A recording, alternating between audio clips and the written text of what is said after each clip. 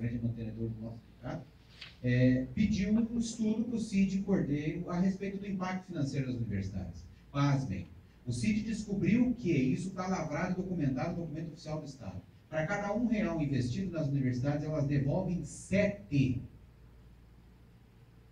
Pouquíssimas empresas capitalistas dão um retorno lucrativo dessa monta.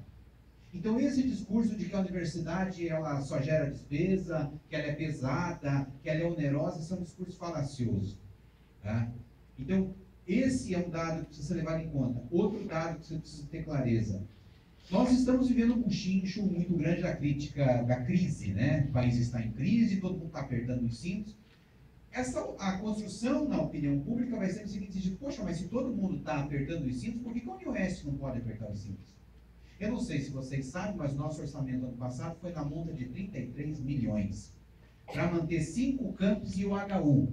Para manter 1.200 funcionários efetivos e 970 colaboradores estagiários. Veja bem, isso já é uma excrescência. Você tem um plano de carreira que tem quase meio a meio. 1.200 efetivos, 970 colaboradores. É por isso que você entra em alguns setores da universidade, você tem 1 efetivo e 8 colaboradores trabalhando. Então, quem toca efetivamente essa universidade são os estagiários. Isso é um fato. Tá? Então, nessa balança, hoje o proposto empenhado é 22 bilhões. Então, eu quero que vocês imaginem quando isso chega no ouvido do vulgo populacho, ou seja, da população, que não tem a clareza que nós temos também, não necessariamente deveria ter. Poxa, mas 32 milhões? É muito dinheiro. E o governo está empenhando 22 e vocês não querem. Não, a questão é essa que está sendo colocada, ou seja, esse grande gigante que é a universidade, multicamp, e que basicamente tem um HU e está implementando o segundo HU, por conta do curso de medicina de Beltrão. Então, ele necessita dessa monta de investimentos. Tá? Então, esse é um segundo fator que é preciso que a gente tenha clareza. Outro fator, o governo do Paraná é o segundo governo no Brasil, aliás, pareado com o estado do Pará, que goza de saúde financeira. O que significa isso? São os 2 únicos estados que têm receita maior do que despesa. Portanto, não se justifica contabilmente essa questão que está se colocando a respeito do custeio.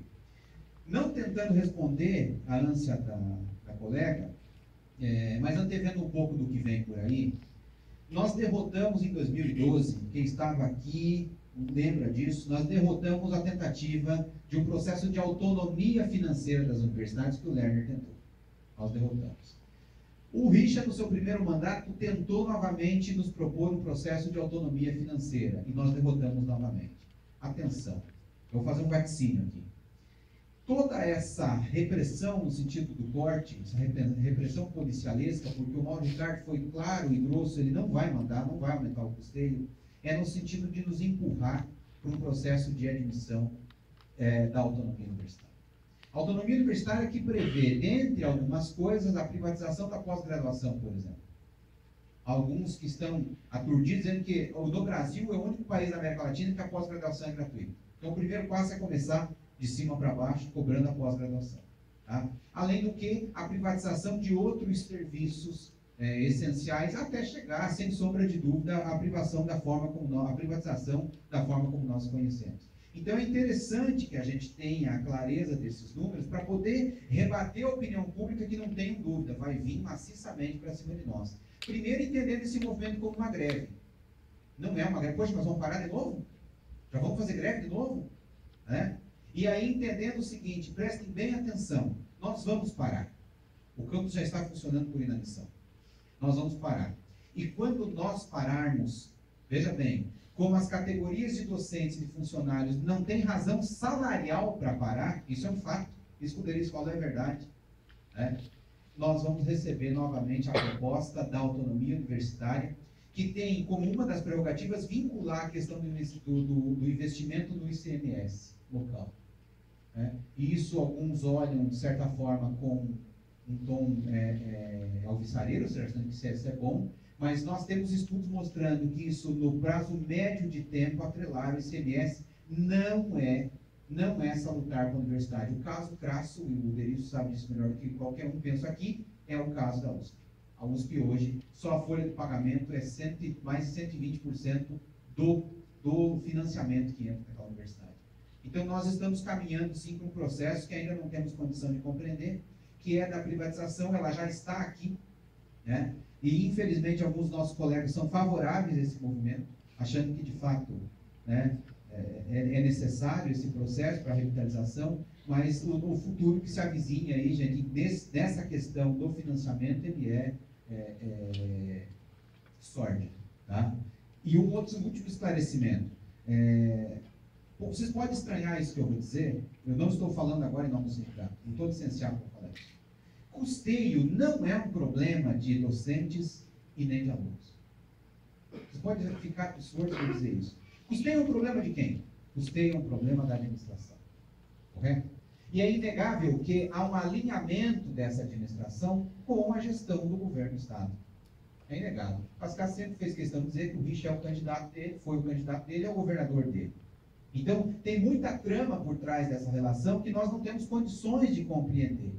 Isso que leva até o melindre da própria administração de fazer a negociação diante do inevitável alargamento do custeio. Tá? Então, são essas as condições que nós podemos dividir com vocês. Campos de Foz. O professor Fernando, que é o prefeito de Campos lá, que é o diretor de Campos lá, ele precisa de 80 mil, tá? Para fazer esse pagamento aqui, que aqui o Solico falou na ordem de 95 mil.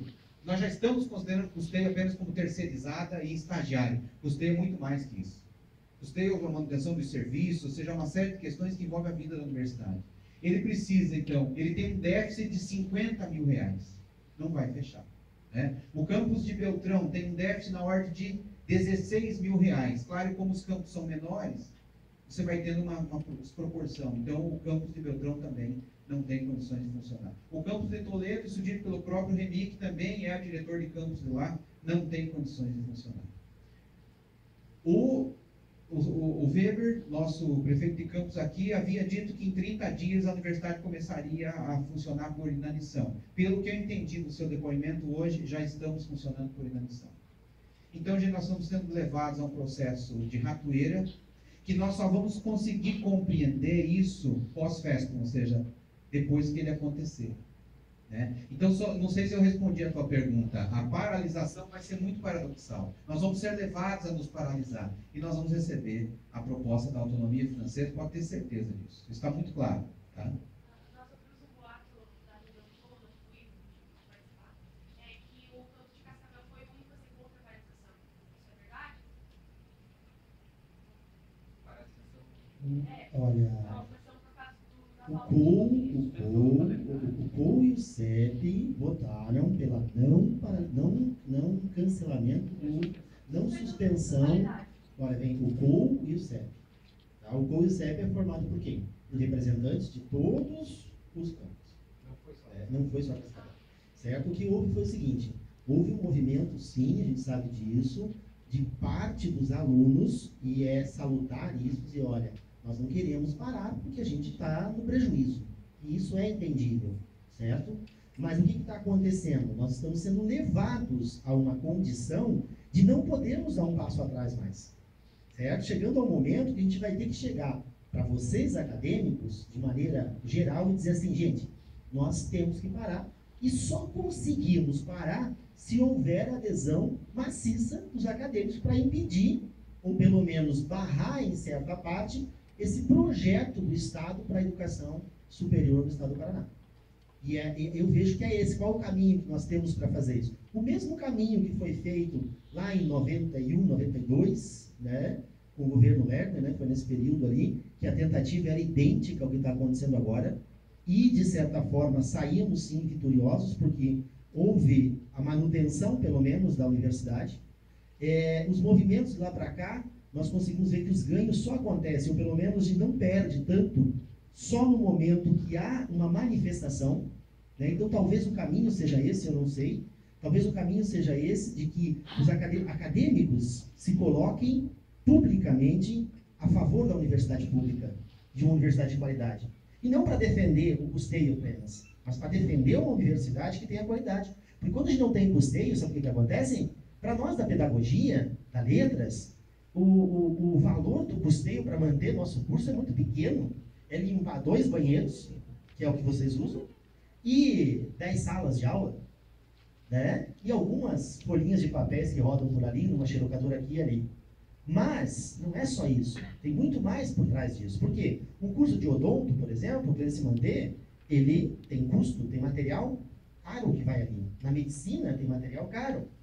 A saúde que o HU fornece hoje para o oeste inteiro do Paraná, vem desse dinheiro também. Custo, tem participação do SUS? Claro que tem, mas também tem manutenção pelo custeio. Então são várias questões que estão por trás disso, que se a gente não tiver uma organização, a gente vai acabar perdendo. Quer dizer, olhem bem, o massacre do dia 29 é um massacre. Agora nós estamos presentes a um outro massacre que está nos levando a uma condição, diz assim, não é o professor Valdecir que quer greve, não é o professor João, ou a Dunia Oeste, ou o Cinto Oeste, ou o reitor, ou qualquer um. Nós estamos sendo empurrados para dizer assim, gente, é melhor cobrar mensalidade. Por que não cobra R$100 de cada um de vocês, que é barato, não é? R$100 é barato de mensalidade. Por que não cobrar R$100 de cada um de vocês e resolver o problema financeiro da universidade? Resolveria o problema. Mas essa é só a porta de entrada. E depois? Se for educação pública.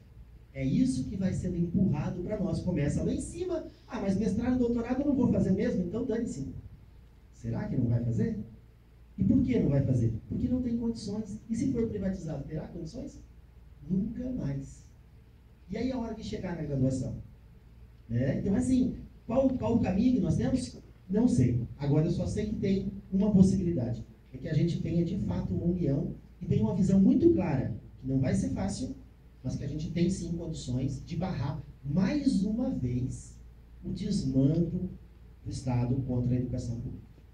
É o caminho. O caminho é a gente se mobilizar. Como vai ser feito? Não sei.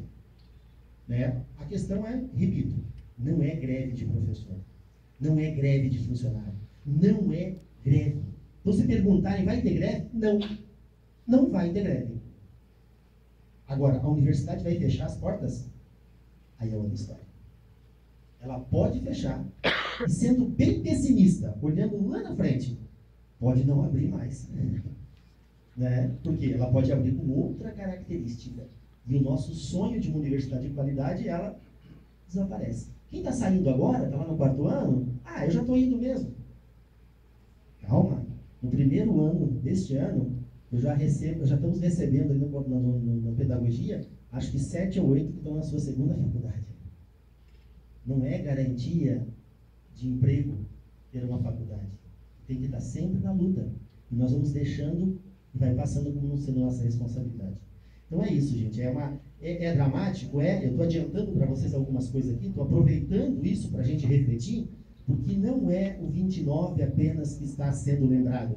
O que está sendo lembrado hoje, amanhã, na sexta-feira, é exatamente um movimento de resistência a essa força que o Estado está empenhando sobre a educação pública. E não é só sobre as universidades, mas a universidade está sendo o lugar que eles querem atacar. E nem é tanto dinheiro assim, né, João? É pouco dinheiro, na verdade, que se investe na universidade. Nós temos um sistema barato de educação. Por que ele é barato? Porque joga na pedagogia, principalmente, na letras, 40 alunos dentro de uma sala de aula e um professor. Isso é caro? Isso é muito barato. Da mesma maneira que faz na educação infantil, nas séries iniciais, é muito barato. E aí o discurso é que a gente custa caro. Por que custa caro? Porque a gente incomoda. A gente bate de frente, a gente não aceita. Nós não aceitamos essa coisa assim, de qualquer maneira vão passando aí e vocês vão daqui a pouco dar um jeito e vão conseguir dinheiro. Se nós aceitarmos a redução de 2 horas dos estagiários, e dizer, não, tá bom assim, a gente consegue se virar, nunca mais volta para 6 horas. Nunca mais vão contratar funcionário para quê?